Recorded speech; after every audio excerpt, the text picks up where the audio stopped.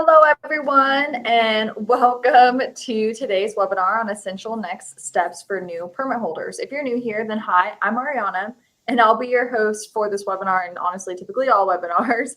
And if you're returning, then thank you so much for joining another webinar with us. But tonight's guest speaker, surprise, surprise again, is Austin Davis. I always mess up the pointing, but he's here with us tonight, and he is the guy to walk us through tonight's webinar topic.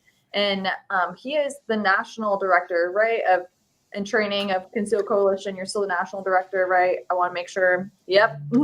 But Conceal Coalition is a nationwide online concealed carry permit training resource. And tonight's webinar topic is one that we honestly probably should have done a while ago, because a lot of FLP members come from permit carry classes. And I remember when I took my LTC, the main thought that went through my head was, what should I do next? Like, is there something I should do? What's the next step? And yada, yada, yada. But thankfully I work for FLP and I have an abundance of resources that I can just tap into to make sure I know what I need to know for continuing education, practice tips, and other range tips that I should be aware of.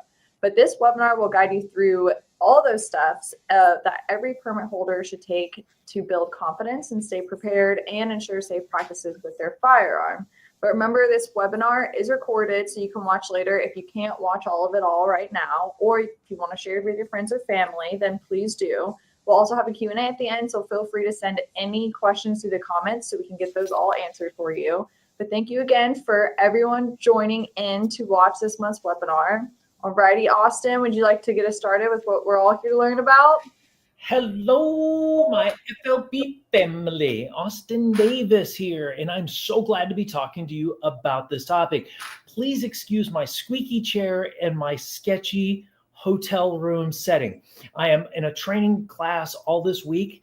This is my 19th instructor class this year. I am sort of the eternal student.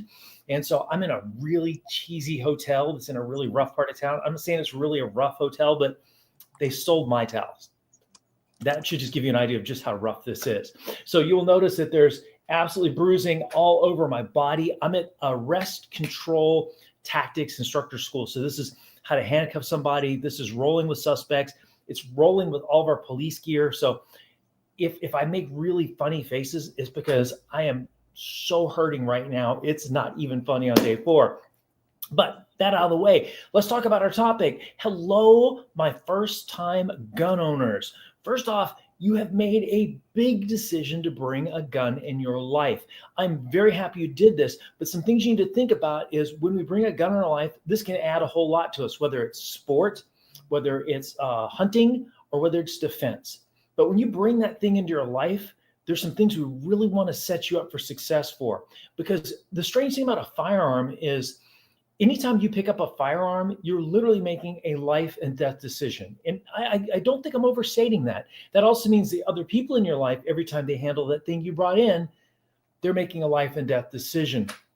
And the bottom line in all this is gun ownership is your constitutional right, but training education is all of our responsibility. And the real problem with the firearm in our life, especially for our first-time gun owners, but also, you know what else this webinar would really work well for? People who've never had any formal training, had guns in their life for years, and a lot of things we're going to talk about today would really be important for some people who just inherited a gun was gifted, or a gun is in their life, but they've never really pursued it. You see, there's really 2 types of gun owners. The way I like to explain this is an analogy. It's sort of like fire extinguishers. Gun's a safety item, fire extinguisher is a safety item. Now, some people are really into fire extinguishers. 5% of the gun owners are really into guns. 95% of the other gun owners, it's like a fire extinguisher.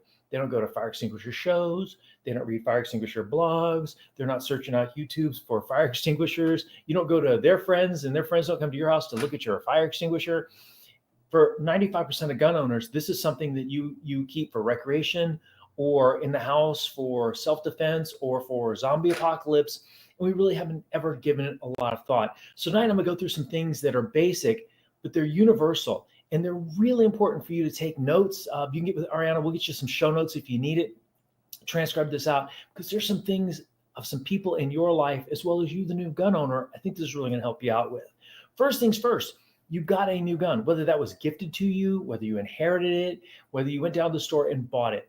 The first thing I want you to do is do yourself a favor, record the serial number. Now, if it's a Glock or an M&P 2.0 or just some gun that looks like all other Glocks or M&P 2.0s, just record the serial number on it. If there's anything unique about the gun, you took the plate off and put a red dot on it, you had it Cerakoted, you added blah, blah, blah, blah, blah. Take a picture of it and document it. The reason why this is so important to me as a police officer is if, I'll give you a perfect example. I make a traffic stop. We got some sketchy dude, pull him on out, got a gun on him, we run the numbers. If you didn't have the numbers and he gets stolen, you can't report that. And I got to let the bad guy that is just a really bad bruise. I got to let the bad guy just go with your gun. So not only do you not get your gun back, bad guy doesn't get punished for taking your gun. And we have a unsecured, a questionable path of ownership to a firearm that's running around with probably a sketchy type citizen. So first and most important thing, write down your serial number, record it. If you have more than one firearm, write these down. You can keep them online. I'm a really big fan of you going ahead and typing them out or handwriting them out, keeping this in a fireproof box with all your other papers so that if something ever happens, you've got it set. And remember, as a new gun owner, I'm really happy you got your gun. You're probably going to have more than one gun. So make sure you leave some extra room on this. It's sort of a weird thing. They're like golf clubs. You just, oh, I need a putter. I need a driver. I need a chipper. So you'll find more reasons to buy more guns as time goes on by. If you're like most gun owners, once you have registered and your serial numbers, your identifying numbers, and any markings in a secure place, next thing I want you to do is read the manual.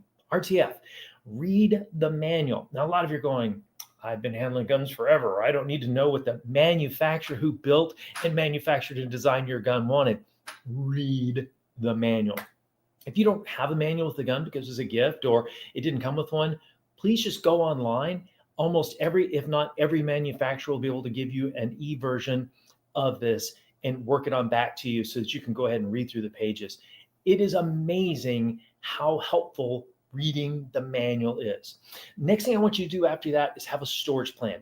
When I talk about storing guns, I'm going to give you a very controversial statement. There's very seldom I make absolute statements because I think everything is sort of like an adult diaper. It depends. But this is an absolute statement. In my world, there's only 3 places to store a firearm. Number 1, in the hand of a rational, sober, competent, trained adult.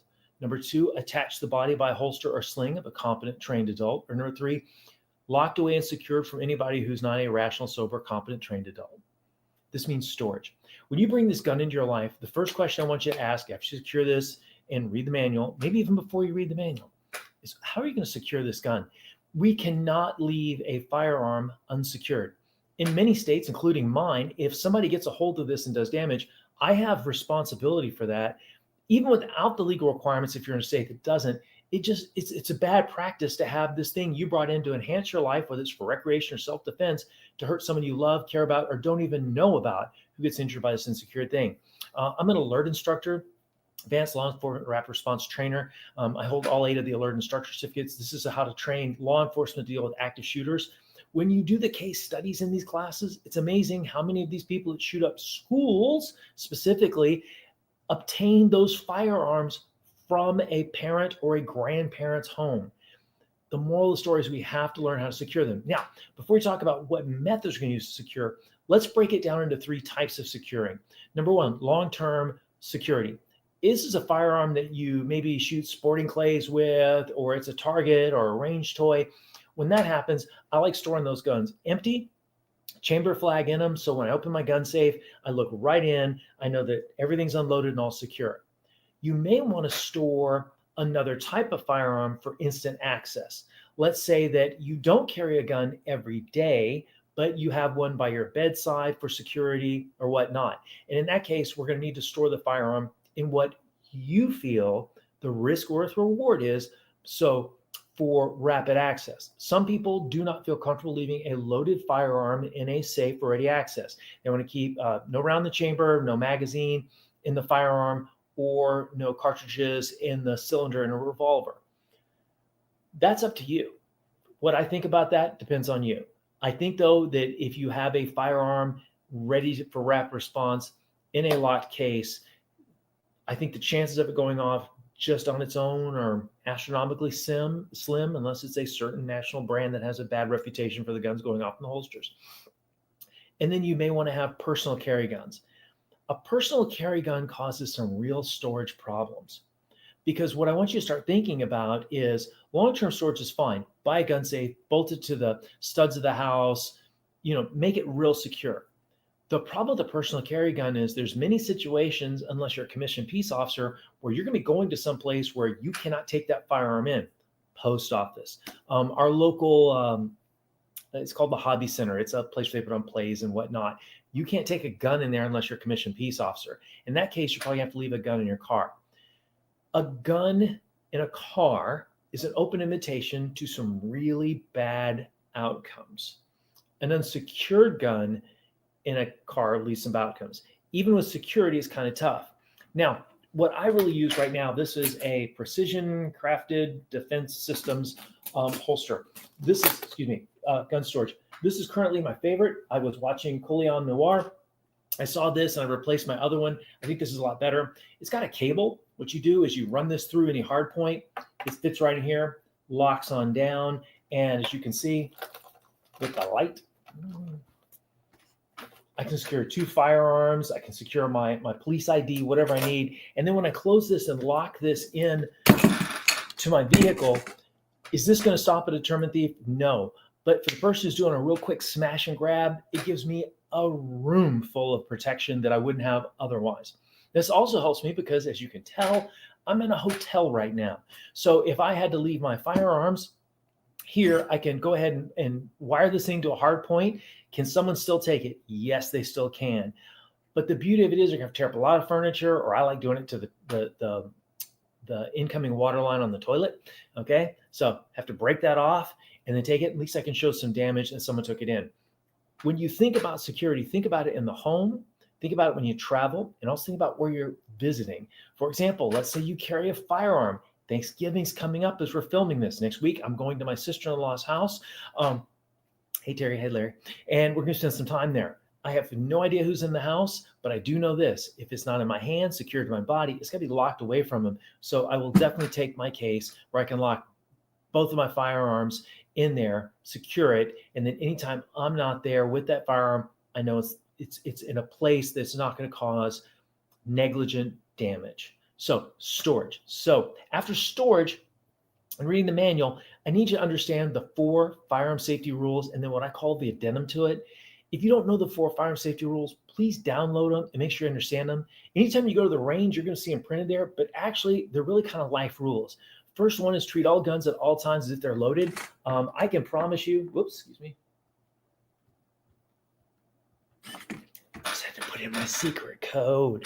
Okay. Safe gun. Okay. I've got a magazine block in there. When you go to a range, what you're going to notice is you're going to see the 4 safety items. First one is treat all guns at all times are loaded. You'll notice whenever I pick up a gun in this, I always look in here and always go empty chamber. And then if I'm going to hand it to somebody, when I hand it to them, I expect them to stick their finger in here and look on down. Really and truly, unless you have a training magazine, make sure the magazine's out. I stick my finger in the well to make sure nothing's in there. I put my finger in there and I check the block in here to make sure there's nothing stuck back there. Look away and I check one more time. Now, when I'm checking in there to make sure this gun is unloaded, what am I looking for? And if you said a bullet or a cartridge, that's wrong. You're looking for an empty chamber. If you tell your brain, I'm looking for a bullet, one day you're going to look down there and there's going to be a cartridge and you're going to bullet, drop it, pull the trigger. It's going to do what it's supposed to do, which is send out a projectile. So whenever we have a firearm, make sure you know the condition of firearms and treat all of them as if they're loaded. For me, if the action's back, there's no magazine, I've checked this in, it's unloaded gun. The minute I set it down and I pick it back up, I stick my finger in there, I stick it in. If I'm handing it to somebody, I say safe gun. I hand it to them. I expect them to do the exact same thing, away, and go safe gun. If somebody new shows up to the party and wants to see the gun, I do the same thing. I say safe gun, hand it. If they don't know what I'm doing, I'm saying, here, check to make sure there's nothing in the mag well, make sure there's nothing in the feed ramp, make sure there's nothing back here on the slide. Look away, check one more time, and safe gun. If this goes down, especially very, very careful. So first one, treat all guns at all times if they're loaded. Number two, don't point the gun at anything you're not willing to kill or destroy. Let me tell you the real problem. This is a highlighter, okay? This is a cell phone. It doesn't matter where I point these things. I really have a hard time with this, but other than a firearm, what's the only thing in your life that you got to be careful where you point it? It's really only going to be a firearm. So we have to be very careful. What I want you to do is pretend there's a laser beam coming out of the barrel, and I want to point the gun at anything I'm not willing to kill or destroy. And so we want to keep it always pointed at the safest possible direction. That includes people and things you cannot afford to replace. And it's really important with a handgun. With a rifle, at least you have two hands on it. It's a long item, and there's not as much wrist mobility. The problem is when you start handling handguns, safe gun, when you start handling, it's easy to get all kinds of room worked out here and not really keep track of the direction. So treat all guns at all times are loaded. Number two, don't point the gun you're not willing to kill or destroy. That includes yourself, especially when you're holstering. Number three, keep your finger off the trigger until the sight's on the target. You made a conscious decision to shoot. The finger off the trigger, especially if you're shooting one of the modern polymer firearms, there is no external safety. Now, a lot of you tell me, oh, I would never shoot one of those things. They're just waiting to go off. I'm not a big fan of external safety. First off, if we're relying on external safety to help us from pulling the trigger, this is really more of a training issue to me than a lack of a manual safety issue. Second off, because I train so many people and I'm in charge of training a whole police department, what I notice when I have people go to their fancy staccatos in 1911, which has an external safety, it takes a bazillion reps to get them very consistent to making sure when they come out, they take that safety off and that they put it back on when they're through shooting. So if you want to have the extra step and the perceived benefit of having external safety, I got no problem. Just do me a favor. Really rep this out so that it becomes something in your procedural memory that just sort of happens when you go out there, safety comes off, finger goes on, finger comes off, safety goes back on. It's an additional layer. I'm not saying there's anything inherently bad about having mechanical safety. I'm just saying that it's another thing you have to train and be prepared for. And the fourth thing is my friend Anthony says, beware of the 4 Bs. Beware of where the bullet's going to go before it hits the target, where the bullet goes beyond the target, beside, and beyond the target. And while you're at the range, you may think this means don't shoot over the berm where it just sails in. And if some animal comes out or some person comes out before the target, make sure you're very careful of that. Be very careful of what's beside the target. But I want you to think about this from a defensive standpoint. You're in a Target or a Walmart parking lot and you have a gunfight and you pull your Smokemaster 3000 out and you shoot bad guy, boom, boom, boom, boom, boom, and you shoot faster than you account for. You can shoot bigger than your wobble zone. You shoot past your skill level. And one of those rounds doesn't hit what you're shooting at and it goes zings off. Whatever that round went, we're responsible for it, whether that's at a range or defensive shooting. We're responsible for every round we fire. So always be sure of your target and your backstop, what's before it, beside it, and beyond it. Because if you ever shoot an arc, it is surprising how far that projectile can go. And again, wherever it lands, it's got a lawyer attached to it, and we own that one. Once you understand the 4 rules is also, if you're going to have a defensive use of force tool, I want you to do a drill as a new gun owner. And this is really kind of something important to me. As y'all may or may not know, I own the Virtual Tactical Academy. I travel the country for the last 12 years with a Pelican case, which is a virtual reality simulator. I travel the screen, I travel the case, go all over the country. And I trained thousands, tens of thousands, who knows at this point in time. The average groups I have are sometimes 100 plus people in a room, and we take them through this experience. What's interesting is when I have students come on up, most of these people are folks who have already gotten their concealed carry license, or they're in a state where they don't need it, but they are carriers. Of the 10,000 plus that I've put through my simulator over the last 12 years, many more than that possibly, 1 out of 5 of my students can't shoot a live actor on the screen. I shouldn't say live, a realistic actor. 1 out of 5, 20% of them can't bring themselves to shoot somebody. The thing is if you're going to bring a gun into your life and it's a defensive firearm, I'd like you to try a little thing I call the use of force drill. It starts off really easy, but it gets kind of tough. I need you to leave your phone away from you. I need you to go to your back porch, your bathroom, someplace where you're not going to be bothered by anybody. I just want you to take a cup of coffee, glass of wine, Diet Coke, a cigar, whatever you like. Just spend about 5 or 6 minutes just chilling out. Just make your mind calm. Then once that starts happening, I need you to do something that I do with all my PPOs, my probational police officers. I'm a field training officer. Before I let them out in the street, my PD with a gun, I take them out and I have them do this drill. I need them to imagine, and I want you to try this right now to sort of set up how you're going to do this when you take your time to really formally do this. I want you to imagine a place that you go often where you could have some sort of interpersonal conflict. Target parking lot, liquor store parking lot, gas station, whatever. I want you to imagine you doing whatever you're doing. You're going back and forth. All of a sudden, you see someone taking a regular line of attack towards you, direction towards you, and you realize something's there. All of a sudden, you see them make a furtive motion. They start pulling a gun out, and they're getting ready to give you an armed robbery. And you decide, wow, this is the perfect situation for my Smokemaster 1000. And I want you to imagine taking this thing out, pulling trigger, pulling the trigger, pulling the trigger. You probably wouldn't see where the impacts happen on the person, but you see the results of it. And all of a sudden, now this person's down, and they're doing the concrete snow angel. Can you do that? Can you imagine somebody coming in your house and all of a sudden you've got your flashlight, you light them up, you made positive identification, not where it's supposed to be. They make a furtive movement towards their waistline, or you see they have a gun within wingspan. All of a sudden you press out, boom, boom, boom. They fall flat in your living room and they're no more. I need you to really think about, are you comfortable doing that? What's interesting is 1 in 5 of my students can't shoot someone on screen.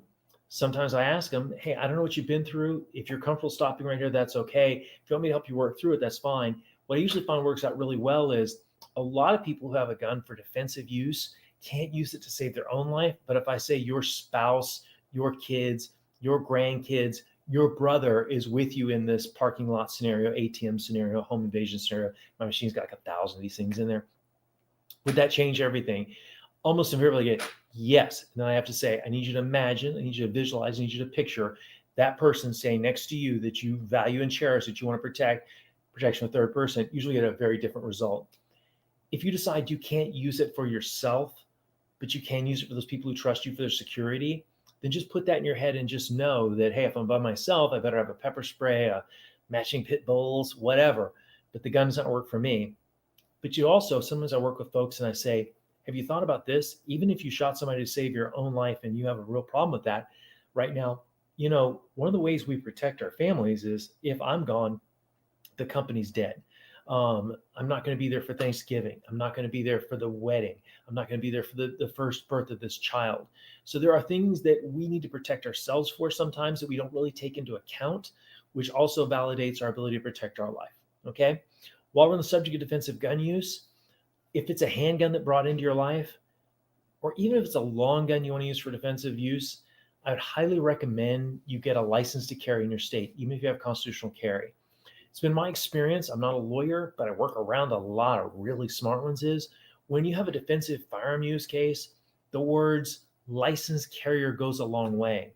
Also, the great thing about a license to carry class is no matter how stripped down it is, no matter how effective or ineffective it is, as far as absorption of adult learning and putting it in procedural memory versus declarative memory and how much you're going to override in the short-term memory, adult learning theory, hopefully it's going to teach you where to at least start looking for the laws in your state on when you can and cannot use force, where you can and cannot carry a gun, what your responsibility is to storing properly that firearm.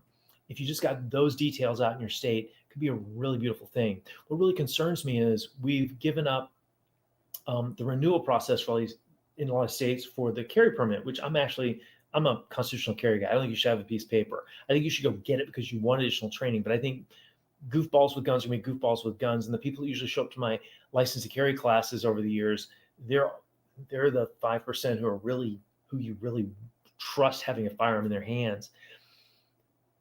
The problem is all this knowledge is perishable. So it might do you really well to every once in a while to dial back in for the gun laws. Now, if you're not willing to go to a license to carry class, if you went to a license to carry class, you didn't have a great experience, a great instructor, or just sort of all kind of glossed over, I'm going to teach you something that'll help you with a defensive decision as a new gun owner or an experienced gun owner or as a police officer. It's called IIRAP. IIRAP. Okay. It's an acronym. The first I stands for innocence. If you have a claim for self-defense, the first thing is you must be innocent, which means you didn't escalate the situation, start the situation. It wasn't some sort of mutual combat where you called somebody out and all of a sudden they got the better of you and you decided I can pull my gun and shoot them. You must be innocent. It must be imminent. The threat must be right now. Not, I think he's going to hurt me a week from now, or he said something last week, so I'm going to come over and handle it. That threat needs to be right now. The problem with innocence is it's like a window that opens and closes. So if somebody comes in and shoots up your house of worship, and all of a sudden they see you pull out your Smokemaster 3000 from pew number 4 and point at them, they throw the gun down, they throw their hands up. It may not be imminence, and this could be a whole different charge brought against you, especially depending on what part of the country you live in. So innocence, imminence, reasonable. You have to be reasonable in the subjective and the objective. So the classic example of this is it reasonable if somebody pulls a gun on you and starts to rob you, they turn away, you pull your Smokemaster 3000 and you terminate them. After you shoot them, the gun falls from the bad guy's hand and it smatters a million pieces. It's a water pistol, it's painted black. Okay, objectively, that was not a lethal threat, but subjectively it was. You didn't know that at the time. We don't have to be perfect in our response as use of force. We do have to be reasonable. Who determines what is reasonable? That's going to be the arresting police officer, the district attorney. That's going to be the grand jury. That's going to be the judge and the jury, plus public sentiment, plus civil liability. Difference between criminal cases and civil cases, very different. You may not be charged civilly, but you may criminally, but you may end up being charged civilly. So innocence, imminence, reasonable, avoidable. I wrap avoidable. The great thing about avoidable is some people go, I have stand my ground castle doctrine. That's great. But look, if you can just shut the door of your house and not get in a gunfight, that's the cleanest win. And juries love the fact you didn't have to kill anybody. If you're in some sort of carjacking situation and you just go, hey man, I don't got what you need. Look, there's a cop over there and can drive away. You win at that. So if you can avoid it, that's it. For me, a firearm is only designed to do 3 things: save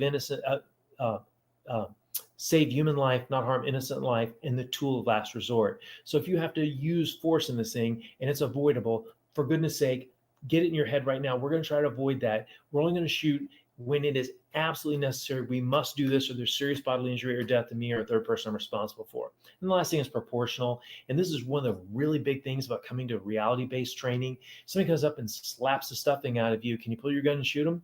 I don't know. Is that proportional? Is that or not?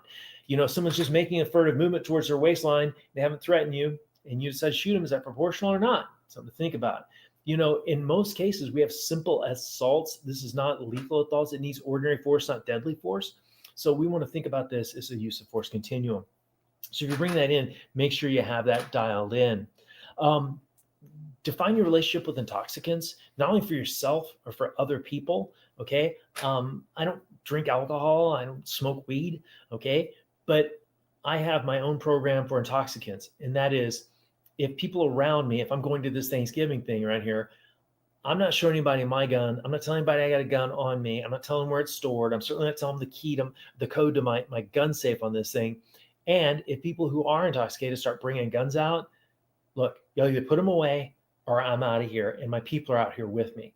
That's it. So for me, I need people who are sober and conscious in handling firearms. As a police officer, trust me, we need our full brain and gear. We need to develop a special set of rules because remember, that gun is the only thing we can point in our lives that really has a significance in it because it projects energy. It doesn't really matter if you point your remote control, your mark slot, or your iPhone at somebody, but that gun does.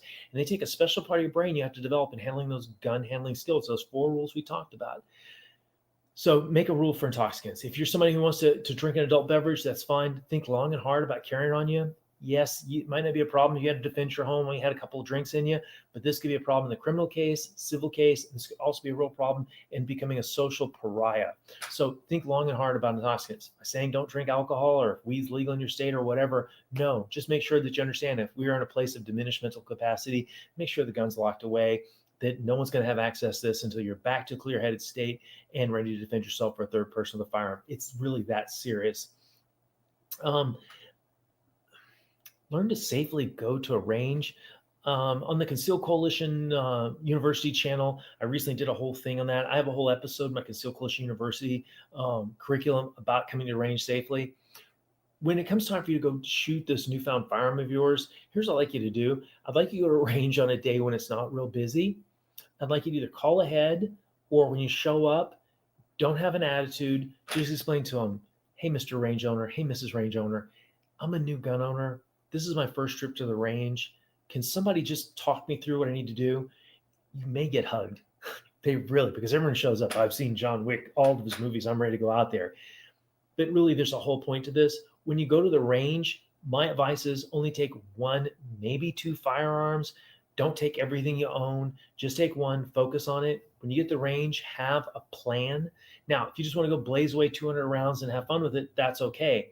But I really like taking a spiral notebook, keeping it in my range bag, and writing down what I need to accomplish. So for me, if I have 200 rounds at the range, first thing I want to do is I want to shoot my carry ammo, then boom, boom, boom, boom, boom. I want to make sure that the point of aim, point of impact is what I expect, that the recoil is something I'm used to, and that it feeds, fires, functions, and extracts the way I plan on it to do. A lot of people get the range, they strip out their expensive range ammo, shoot everything up, and load that stuff back in. There's all sorts of second and third degree effects of that. So unless you're shooting every week or every 2 weeks, if you're like most people and you go to the range one time a year, twice times a year, just take your carry gun, burn that ammo off and do it. Also, I'm a big fan of making sure you practice shooting one-handed. The reason is if I got the phone next to my head, I got a flashlight and I'm looking for somebody, there's a really good chance you may end up with having to shoot one-handed. You don't have to be a world-class master at it, but just understand the basics so it works out.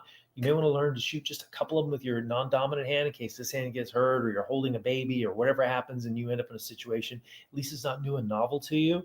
Also, you may want to think about working on your draw stroke. But if you want to work on your draw stroke, to me, that's not a range skill. That is a dry fire skill, whole separate topic on that. Because the reason is you really can't practice your draw stroke unless you have the foundations of the motions. And when it comes time to practice something with a firearm and live fire, I want to make sure you learn the mechanics first properly. You got very consistent at it. Then we add intensity. So it's mechanics first, consistency, then intensity. If you go out and try to learn to draw in a live holster, there's a good chance you're going to shoot yourself in the thigh, banging one off the ceiling, banging one off the floor. So when it comes time to go to the range, anything you want to do that's kinetic, outside, stable, very concentrated, focused shooting, make sure you have dry fired that well enough that when you take it to live fire, it's going to be okay. Also, while we're on the topic of going to a range, it may be worth your money and your time to buy 30 minutes or an hour with a firearms instructor to work on the mechanics of grip, understanding your trigger's not a light switch. There's a whole bunch of things going on. And then to help you figure out your interaction with your sights on this thing. So I think some lessons would be really well. While on the subject of lessons, if you've never gone to formal shooting school, if you've already taken your license to carry class and you had to shoot 37 or 50 rounds or 100 rounds to make the state happy, that's a familiarization drill. That's not really a competency drill. So you may want to go ahead and find a class. Some classes you shoot as little as 250. Some you may shoot 1,000 rounds in a weekend. And that gives you a bunch of times to work on drills, to go ahead and work on shooting and moving in dynamic positions, shooting from unstable and unconventional positions. And you might find yourself just going, holy cow, this just works a lot better. So definitely worth learning to go shoot at the range rather safely. Finally, standing still and shooting a piece of paper in a well-lit, well-controlled environment is great training for standing still, shooting a piece of paper in a well-lit, well-controlled environment. It will never, that whole statement's in the back of my virtual tech academy business card with this one too. It'll never match the real cognitive load you're going to have in a life or death decision. So what I need you to think about doing is enrolling in some reality-based training. Now, this reality-based training can take many forms. One is you can do it with a virtual reality simulator. What I like about that is it's a complex load.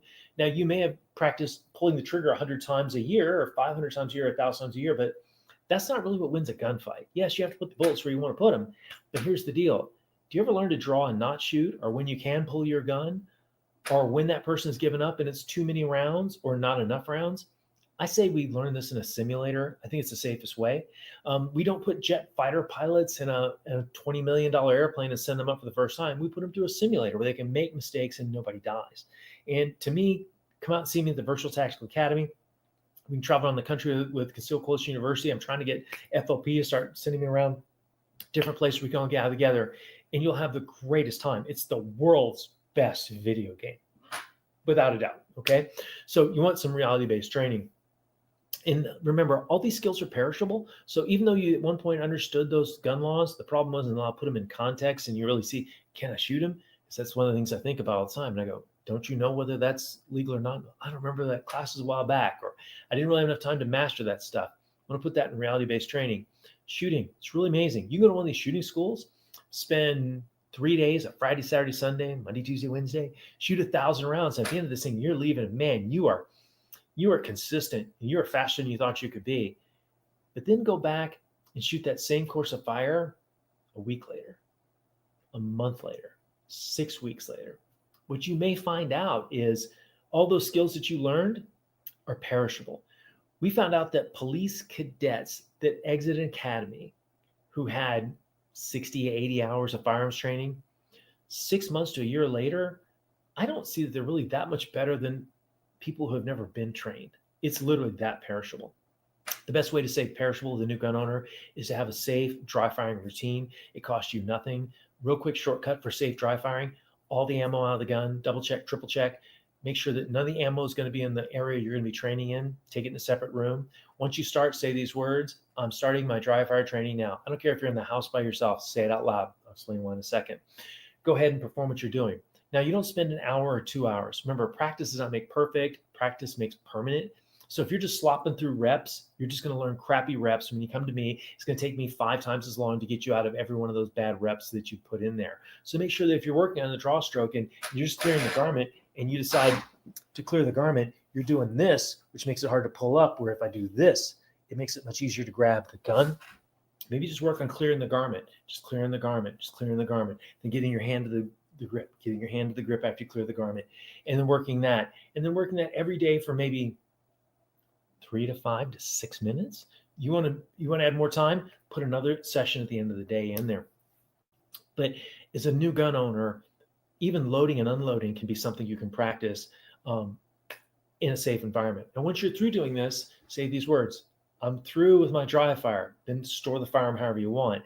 If you don't say I'm starting and finishing, there's a lot of people who've made the mistake over the years of loading the gun up and going, one more rep, and then boom, there goes the TV, there goes the light switch, there goes whatever. So even though you're doing dry firing, even though you made sure you double check, triple check that your gun was not loaded, you had no ammo in the area, also make sure that wherever that path of travel would happen, if somehow a live round got induced in your dry fire training, it's not going to go through the wall and kill your family in the other room. That's going to go into a backstop of some sort in your home or your training environment that can soak up a bullet. It's a lot of things to cover. What I want you to understand is I'm really glad you became a new gun owner, but this is an awesome responsibility. This is something that can save your life, but it can also cause you permanent physical injury. It can also have a effect on you legally, financially, and socially. If you bring a firearm into your life, I'd like you to do yourself a favor. I'd like you to get gunshot wound treatment gear. You need at least 2 tourniquets. 1 is none, 2 is 1. To get some minimum gear, wound packing material, chest seals, and some tape, and to have a good pair of trauma shears around. These are X shears. These are my favorites. It doesn't take much gear, and it takes a little bit of training. I'd love to do a FLP class. I am a Stop the Bleed instructor. I'm an alert, advanced law enforcement rapid response training, first responder instructor. So I teach other officers how to deal with gunshot wounds on the scene. I'm also a civilian response to active shooter through alert, which teaches civilians, I hate the word civilian, non-commissioned, how to deal with these type issues as well. If you carry an item that puts holes in people, it might make sense to make sure you have the tools to stop the damage of that hole. There's nothing that you can carry that can make that injury better, but there's a whole lot of things you can do to pause and get a timeout to get to treatment. The problem with this is not only do you need the equipment, there's some few guidelines, and none of this is very expensive, but there's some protocols, some things that if y'all want, just let us know at FLP, and I'd be happy to put on one of the sessions for you so I can explain all about this. I was driving home with my wife from a farmer's market not so long ago, and is returning a mile from our house. A vehicle had another crash. The vehicle was upside down, airbags deployed, traffic still moving, and we got a victim in the car. Fortunately, I didn't need my gear, but I did know how to move a patient. I didn't know how to use the protocol to make sure the scene was secure.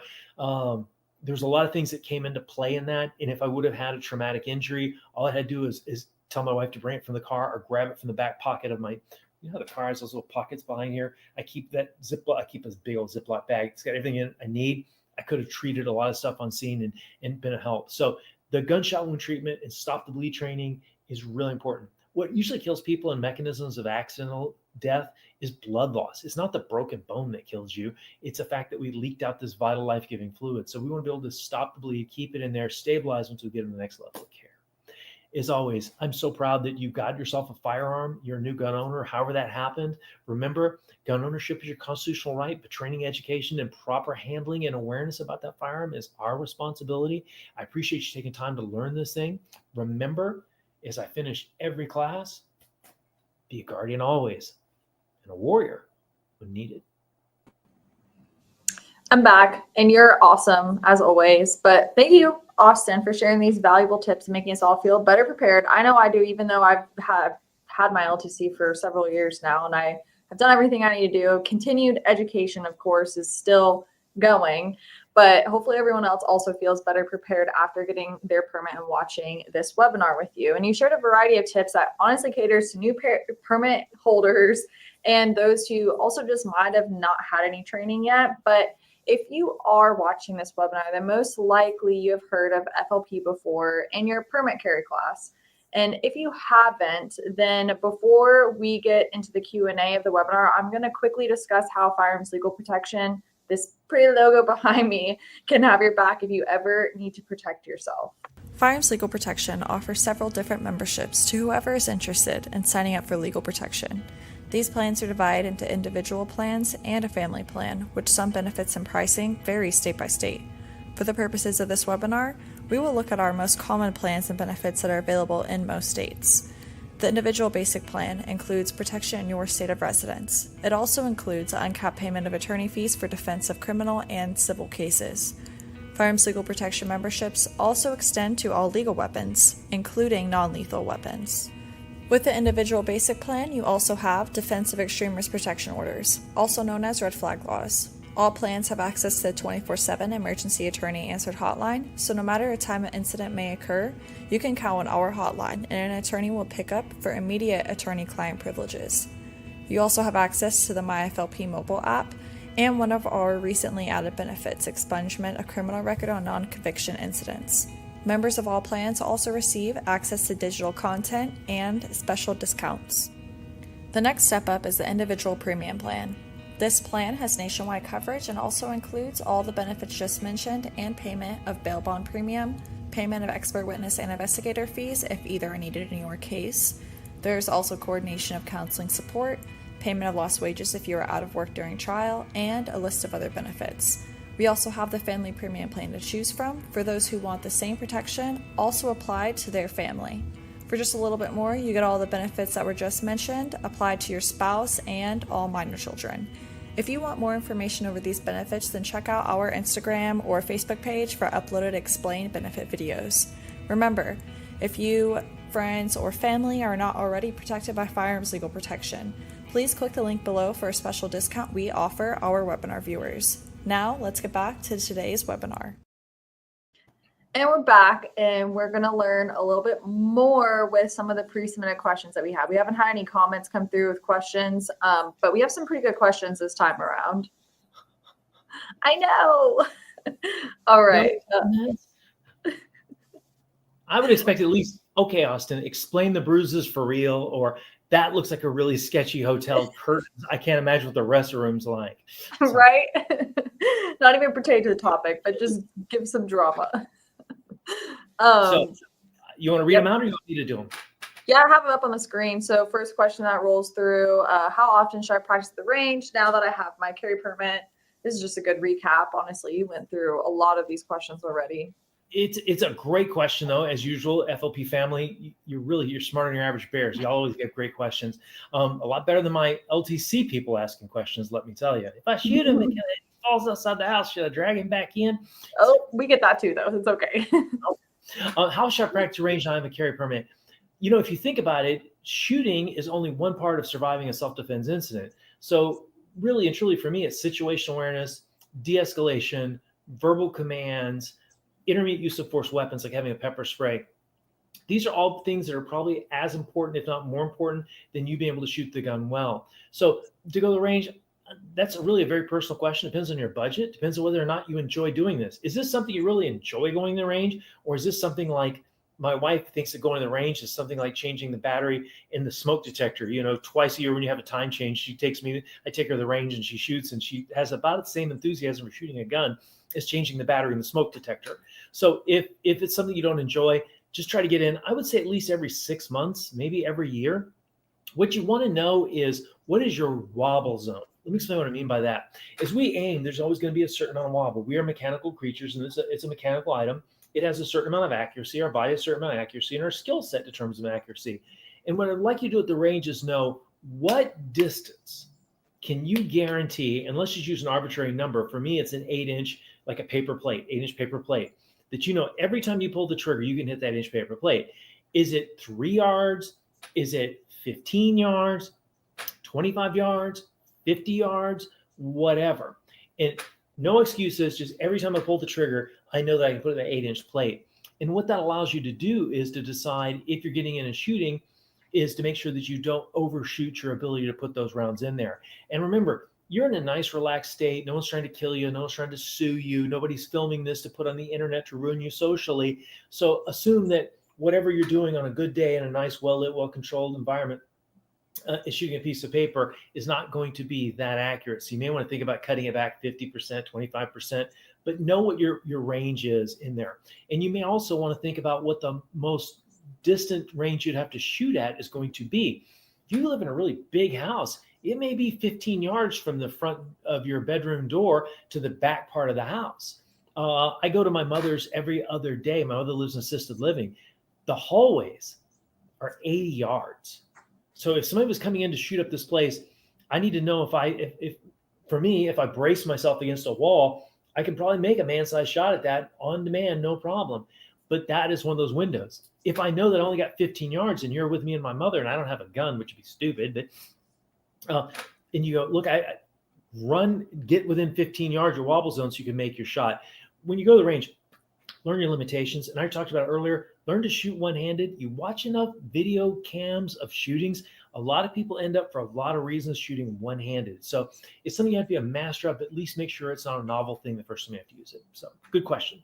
That was a fantastic answer. All right, next question. Are there specific drills or exercises you recommend for building accuracy and confidence? What I'd really like to see is once you can put one round where you want it, shooting what I call controlled pairs. The reason is once you can shoot one round well, and you don't have to readjust, I call it milking the grip, getting everything else. Boy, there's a lot of bruises on there, aren't there? I know. I've just been with a room full of experienced street cops who all want to be get their state license to be, and we are just beating the hell out of each other. You're taking it out on each other. If I took my shirt off right now, the world would be horrified. And there's one right here, right? We also have to work out in gear. So we're doing BJJ with full body armor and our gun belts on. So we're getting ass batons poked in ourselves. It's not pretty. But anyways, so once you can shoot one round, learn to shoot controlled pairs. So you can learn how to, you have a red dot pistol. When you shoot it, you're going to notice if the dot's tracking up or down, if it's making some sort of smear up there, that tells you that we have some sort of grip. Learn to shoot 3 rounds in a row in a fast left. And make sure the sights come back down. If when the sighting system comes back down, if it's not where it's supposed to be, it's inconsistent. We don't have a consistent grip, and that tells us we need to go back to the basics on how we're adjusting. Remember, the grip is the master of everything. It works off 2 things: friction and leverage. So if I've got all the leverage in my right hand and my left hand's along for the ride, my support hand, which really is my control hand, learn to crank down on that. If I'm not getting high enough on the gun, all these things will start to reveal themselves. You start to shoot multiple strings in one of them. Yep. Yeah, that makes sense. All right. Next question. What are some good resources or classes for continuing my self-defense training? It's a hard question. I would say Concealed Coalition University, which is my online university, which has all these things in adult learning format. It's really good for adults to learn in little short sections. Just to test it after the sections, and you get a great certificate. And then make sure that if you watch a class like a pepper spray class or a situation awareness class, that you go back and see it every 3 months or every 4 months. And also you're going to go, wow, they added a lot to it. No, it's still the same class. You only remembered about 15% of it. So the more you can watch it. So you can contact Ariana for finding out how to get on to Concealed Coalition University. It's my pride of my work. So yeah. The other thing too is next year I'm going to write. This year my goal was to attend a bunch of training classes. I went to 19 instructor schools. One of them was Generac and maintenance. I've learned to be a Generac technician. I had that kind of time. But I'm taking all those 18 classes I took this year, or 19. It's hard to even tell. I may have lost 1 or 2. Next year, I'm going to write a book a month. I'm going to have resources with them. They're all going to be available to my CCU members. And there'll be an audio book. They'll also be on downloads for your reading device. And if you want to pay extra, you can pay for a printed book if you like printed books. But I'm going to write 1 book a month. every month for next year. So that'd be great resources, because so much of this we think is I've got gun, I'm set, but really it's the soft skills. It's the things before the gun, so you don't have to use the gun, that will really cause it. Because remember, if you're using a gun defensively, we're trying to fix a problem. I want this problem to go away with the least amount of force possible. Even though I'm a police officer, if I can solve this thing by pulling out my ass baton, actually I have peacekeeper baton, my peacekeeper baton, and solve this problem. If I could use a pepper spray, a taser, I'm going to do that. If I go hands on with them, we need to roll on the ground to get them into handcuffs. If I don't have to shoot them, I'm going to use everything available to me. And when I'm on patrol, I've got a full bat utility belt of all kinds of options. I want you to have that same kind of mindset, and to make sure you're always at least carrying a pepper spray if you're carrying a gun, and a strong flash. Yeah, absolutely. All right. Next question. What's the proper way to store and transport my firearm when heading to the range? See, most people who aren't real sharp would not understand how deep and brilliant this question is. First thing is, you want to understand what the laws are about transporting a firearm in your state. You may be able to have certain size magazines, certain kinds of firearms when you transport them. If you have class 3 firearms with a suppressor, or any other kind of weapon, or a fully auto weapon, you make sure you have your paperwork with you. In some states, you may have to have it locked up, even though you're traveling around with it under certain know what the laws are for this. This is where the FLP app comes in handy. Yep. This be a fair statement. Okay. If you're just transporting it, make sure that it's in a case, so that nothing, tube of lipstick or a pretzel gets between it and the trigger guard and the thing goes bang. So secure it in there. Also, make a mental note of how you load your guns. So when you get to the range, you put them on there. The firearms are all pointing in a safe direction. It really scares me. I see people having the gun backwards and they pull it out. And if that's the case, turn the bag, pull the gun out in the proper orientation. And if you have any doubts about that, this would be a good thing to become have a nice relationship with your range owner. I find that if you talk to one of the higher ups on a range, a lot of times you're going to get some really good information, because it's a problem they've solved before. They should be very familiar with it. Absolutely. And your FLP app. Yep. Yeah. And just to add on to that, so like as members of FLP, you get access to My FLP. So it's an application that you just download on your phone, and we give you login information, but it has all the state laws, where you have reciprocity, where your license has reciprocity, obviously, but it's a really handy tool that's just right in your pocket. And I use it constantly. Everyone that travels here, they're constantly using it. So they don't have to go to Google and just Google, what's my magazine capacity here? What do I do here? Instead of just being Can I take hollow points on my gun? Exactly. Yeah. Jersey and you have hollow points, you got a problem. So it's not just the gun transportation. It's, as she says, the magazines, the type of ammunition. There's all kinds of things in there that can bite you in the behind. So remember, because you know the law in your state, the minute you cross over. I'm in the state of Texas. I'm based out of Houston area. It takes a long time for me to get out of the state of Texas. Okay, but when I'm up in the Northeast, you're zipping through a place like this. If you're in Pennsylvania, you take the wrong exit. You're in New Jersey, and you've got a standard capacity magazine, some hollow points. You might have yourself a world-class problem. So very comfortable about where you're traveling with this stuff. So good question. Yeah, very absolutely. Question. Yeah, and you don't want to be left defenseless, and you don't want to know you don't want to be doing something illegal too in another state. So that's why we kind of created this app for all of our members to access. And if you ever get popped for a felony, your gun days are over. Yeah, that too. We don't want that. Felony. All right. No. Next question. What are the differences between indoor and outdoor ranges, and what is better for practice? This is a great question. I'm a big fan of the indoor range because I live in Houston, Texas. It's nasty hot. We're like 20 feet from the sun most of the time of the year. So I have control in this. The problem, though, is if I want to go ahead and stretch out my patrol rifle, I'm really limited by distance. Even though we have a indoor range that's 100 yards, for my purposes, I need to stretch my rifle out a lot farther for that. That usually puts me into an outdoor range setting to stretch my patrol rifle out. The problem is we talk about outdoor ranges, there's really two kinds.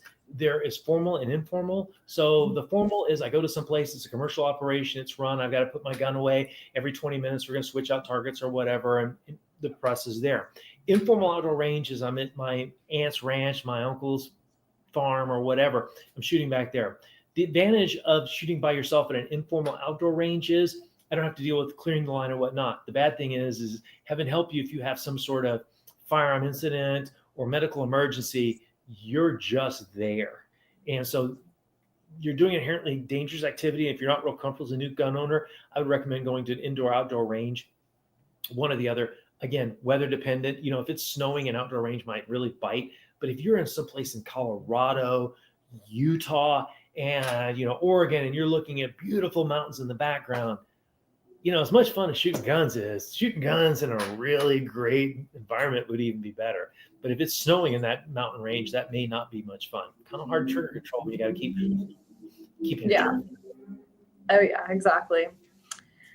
All right, next question. What questions should I ask when choosing a range membership? First off, range memberships are it just depends. Some ranges don't have memberships, some do, but yeah.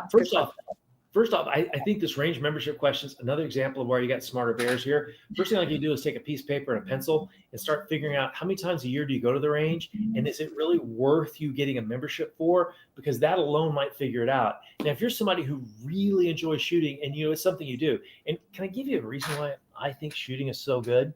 Is because we are in a almost meditative state. We're on the range, or we should be, because you're only thinking about making that shot, loading the gun, unloading the gun, handling the gun safely. You're not thinking, did I answer that email? What do I got to do tomorrow? I mean, your whole world's there. Sometimes you go to a range, you spend 30 minutes, you walk out, you feel like you've been on vacation for a week. So for me, being able to go to a range, especially a range I already know and I'm comfortable with, and I want to go to the same range all the time, that membership may help you. Also, if you're going to be buying things from the range, sometimes they have really good discounts for members, especially with firearms and whatnot. Factor that in there and find out if the juice is worth the squeeze. And all of us are on a budget at some level. I mean, even the world's richest guys are on a budget at some level. Figure out if this makes sense for you. And, also, if you're a member of a range, sometimes they have special hours for those members. So if you're in a place where you're always trying to fight for a range, or you don't feel comfortable with a bunch of people around you who you do or do not know what they're capable of, that membership may be helpful for you to be able to say, hey, I get to go early or late and get that hour or 2 hours of scheduling time where it's just those members where there's only one or two of us in the line, or you may have the whole place to yourself. Absolutely. Yeah. All right. Next question. Are there specific types of ranges that offer additional training or workshops for permit holders? I would take that in two parts. I would think that almost any range you go to would probably have range instruction there. But here's kind of the thing about that. Before you decide to get instruction from somebody with a potential lethal firearm, not only for the training they give you, but for the training that you're going to be using away from that person, double check to make sure what credentials they have to teach. Now, I don't need somebody who can tell me about how they killed more men than unfiltered cigarettes and malaria, but I do want to know that they understand adult learning concepts, that they really want to teach to you because they want you to be a better shooter, not because they're just a gun person who's on the range. So really do your due diligence and see if you feel like that they're really safe and they're really competent and they're not just some sort of tactical Tommy who just really enjoys shooting guns. I live in a golf course, okay? And I hate golf, right? It's a beautiful way to screw up a rifle range. That's the only way I can look at a golf range. That's all I can say. We should make this a rifle range. But if you ever want to know what I'm talking about with professional instruction, go find yourself a certified golf instructor. Just talk to them. Even if you don't want to learn golf lessons, then take that same knowledge and what they told you about adult learning and how to communicate a motor skill to another adult, and then go talk to a range person, see if they have that same level of skill. And if hitting a golf ball is of value, trust me, shooting a gun is a lot more important. So I'm less concerned about how tactical Timmy or Tammy they are, but about how they are with adult learning of learning a motor skill, especially one that could potentially be lethal. Absolutely. Don't take the first. Next question. Now that I'm carrying, how do I stay up to date with local laws and state firearm laws? This is a really good question. I'm not sure I have a really good answer because there's already the statute law, but there's also case law that you have to kind of deal with. What I think your best bet here is to do due diligence in just the statute laws, but then use your app to kind of go, hey, FLP, what about I get real nervous about trying to get my information from different publicly available sources, Instagram, TikTok, whatever. I really want a certain type of lawyer, not just a lawyer. I want one of your lawyers, one of these people that's got trial experience before so they know what's going on. I don't need to be talking to cousin Dave, the real estate lawyer. I really need to be talking to an FLP lawyer. And what I like about the app is, as long as I'm correct on this thing, is I've got something in writing that says this is the interpretation of this by someone who is, by all standards, an expert on the subject. And there are already people at the FLP. And again, you've maybe heard say this before. Look, I have to carry a firearm as a police officer 24/7 anywhere I go. But there are certain situations that I get involved with in my private life that even though I'm a police officer, they're going to turn this as civilian shooting. This wasn't a police shooting. And if I didn't have FLP, I don't think I would carry a gun in this world. And if you think that's an extreme statement, read the paper on people who get jacked up, because in this country, you only get the justice you can afford. And so I don't have to worry about anything past my monthly membership. My legal fees are handled. They're handled by experienced trial lawyers who know what the heck is going on. And remember, when I have a criminal situation and I have to rely on those laws I'm looking to figure out, this is the worst day of my life. My FLP lawyer, it's Wednesday. This is not a trauma to him. This is just his job. And so I need somebody on the line who's going, dude, calm down. Do what I tell you. Do this, do this, do this, do this. And so beforehand, make sure. And if all those fails, you always fall back to IRAP. Was it innocent, imminent, reasonable in perception and reality? Was it avoidable? And was your response proportional? Because if you lose any one of those 5, you're in real big trouble. So kind of a weave to come back around. So yep, yeah. And the mention on the app as well, again, that's a great point that you had. And with our app, if there's something on there that you're not getting answers or it's not clear enough, then we also have like our attorney email system that you can email our attorneys for non-emergency related, of course. If there is an emergency, we have an emergency attorney answered hotline specifically for cases, but we also have access for our members to contact attorneys for questions that they might have, like with their state laws or if they're doing something legally, because our customer service team are not going to be able to answer that. They'll try the best they can, or they'll talk to an attorney to get the answer that they can provide for you. But that's also a really good resource if you have specific questions like this as a member of FLP. What shows me, again, I hate to keep fanboying and fangirling FLP family, but this is the kind of question of a really sharp person. Now that I'm carrying, how do I stay up to date on the laws? Because they brought this gun in their life to potentially save their life. But if this gun is used in a way that is not legal, it is by definition a legal act, and that makes you by definition a criminal. This is someone who's thinking 3-4 steps ahead. Whoever sent this in, kudos, major love here. Great question. Oh, yeah. Great question. Absolutely. All right. We have about 4 more questions left. So if there are any other questions or comments, then send some through. This next question, what should I do if I ever encounter law enforcement while carrying? First off, know in your state if you have a duty to inform. Some states, if an officer asks you in your permit holder, you have to inform them. Know that right away. It's a case by case, and you have to decide how you're going to handle it. One, know what the law is, and then know what your protocol is going to be personally.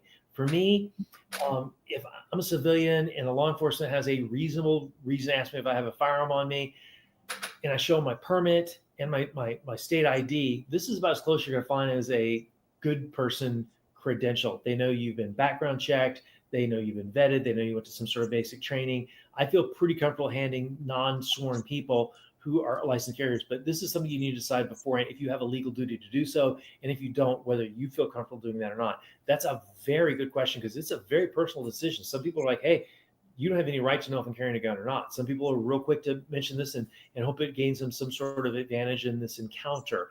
Remember, anytime you deal with law enforcement in official capacity, it's an armed situation, 100%, because the cop's got a gun.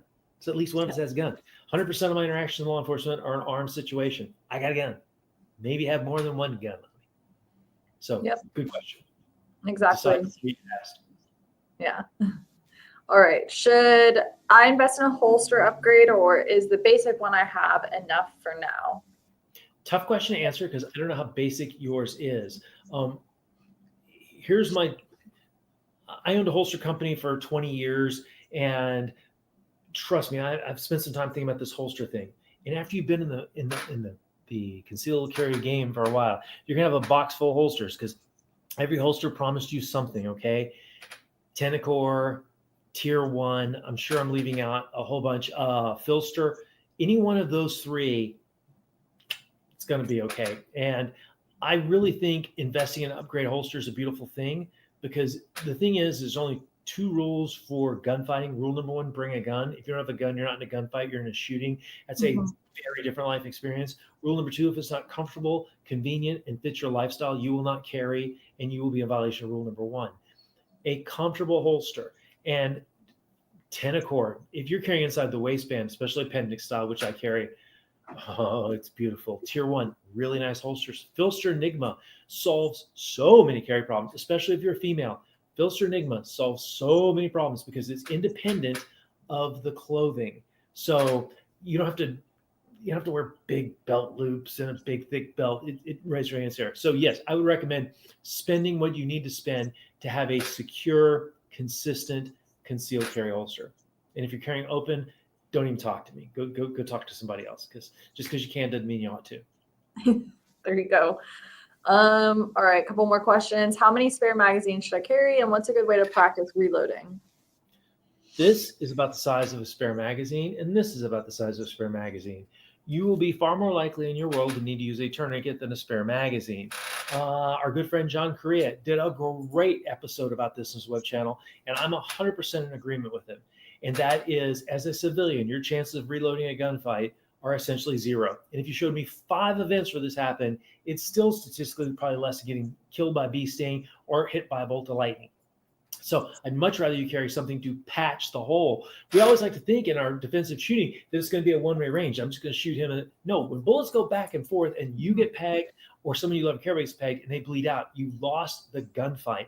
If you carry a thing that's designed to make holes in human beings, please, for goodness sakes, carry stuff. And the problem with the tourniquet is it's only good for extremities. If I get shot in the hip, the shoulder, the neck, I'm going to need to pack that direct pressure. So minimal equipment, but real handy, real handy. So I'm not concerned about you carrying a spare magazine. What I am more concerned about you carrying a spare magazine is if you'll take a paint pen, shake it, mark all your magazines. Magazines are consumables, and if they go bad, and all of a sudden your gun's shooting unreliably at some point, someone's shooting well, it's probably the magazine. So if it's marked, it's B3, every time B3 goes in, gun shoots bad, we call that a clue in police work. Throw that thing away. Also, rather than carrying a spare magazine, I got my defensive magazines, I got my range magazines. And my defensive magazines, if I ever drop a loaded magazine in a hard function, they're gone. Maybe a range bag, but usually I throw them away because I don't know if they cracked. I don't know if the base plate's going to go. There's a whole lot of things that have to work really well in that magazine. Also, instead of carrying them, just have more than you need. Because the problem is if you are having a questionable magazine, you only got 2, you're probably not going to want to throw one away. Where if you got 5 or 6, and trust me on this, I'm 61 years of age. I'm in this game a long time. It's never been cheaper to get magazines than right now. And maybe for the next year, 4 years, 8 years, 15 years, it'll be really cheap and easy to get them. But this thing turns. And at some point, we're going to hit a place where you can't get magazines. The magazines you get are real expensive or they're outlawed. You get a bunch of magazines. Yep. Magazines. Yep. That was a lot of good tips for this question. All right. We have one more question and then we'll wrap it up. How do I manage nerves when carrying for the first time in public? This is, again, crazy love for this question. FLP family, you're sharper than your average bear. This is someone who's already thinking ahead, because the minute we become overwhelmed by events, we're going to be unable to perform as programmed. We're going to perform as primarily, we get sort of like monkey brain. So what you want to do is you want to carry the firearm unloaded, double check, triple check, just like I taught you. Carry it unloaded around the house until you feel comfortable carrying it. And then you may want to load it, holster it properly, carry it loaded around the house. You don't need to go out in public with this thing. And make sure that, if you're sitting down, you don't have to keep readjusting. It's not digging into your ribs. It's not causing hot spots. It's not getting in the way of your day-to-day activities. You can't bend over or kneel down with that thing just ramming into you. So practice in your home. Carry it unloaded. And if it takes however long it takes till you get comfortable, that's great. Or if you may find that I'm just not comfortable carrying a firearm, that's great. Carry a pepper spray. Have good situational awareness, good de-escalation skills, verbal commands. Learn to read the situation, understand the baseline anomalies above it and below it. But what you're telling yourself is, I'm not comfortable with my level of training and carrying this firearm. You may need another level of training, or this gun thing just may not be for you. And if it's not, it is not some sort of lack of you as a human being. All guns are not right for all people. Some people just are not going to get with the gun thing, and that's okay. But do me a favor, make sure you do that little primary thing to see if you can use a gun on somebody else, or maybe just for third person party. This is a question that shows somebody's really thinking like a competent adult here, really putting some thought into it. And I find great comfort in this question. Whoever turned this in, good one, really good one. Take your time. Yes. Right. We did have a lot of good questions tonight, actually, but there are no other comments I went through with questions, but I know. But I'll ask your question. What are the bruises from? There's another question. There you go. So, but a bunch of apex meat-eating street cops who have been thumping on each other for the last 4 days and rolling around. Oh yeah, yeah. I'm having the time of my life. It's like Disneyland, where you get to beat up the other Disneyland people. Exactly. So before I outro us out, is there anything else that you want to share with our viewers tonight? Guys, welcome to your new gun owner, or if you, like I said, if you gifted it, you bought it, it just sort of showed up in your life. You opened a drawer from grandpa and there's the gun and now you got it. This is your constitutional right to have this gun, and I'm very proud you've decided you want to bring it into your life. But this is a awesome responsibility, and it takes a lot of education. It takes a lot of awareness, and it takes a lot of thought and planning. Make sure you store that gun well. Secure your situation when it comes to using intoxicants, whether that's you or people around you using intoxicants when firearms come into play. You really can't get too much training because ownership is your responsibility, your constitutional right. But ownership is your responsibility for education and proper handling. So take this as what it is. It's a deadly serious thing. I'm a skydiver, and what's amazing is how many times people go, "Oh my gosh, you're a skydiver. That's so dangerous." A firearm's the exact same sport. It's an extreme activity. Extreme sports activities are anything that can terminate your life. So I always hate it. People play extreme disc golf. It's like, can you die doing it? Then it ain't extreme. But firearms and skydiving, both of them are the same thing. And both those activities are as safe or as unsafe as you choose to make it.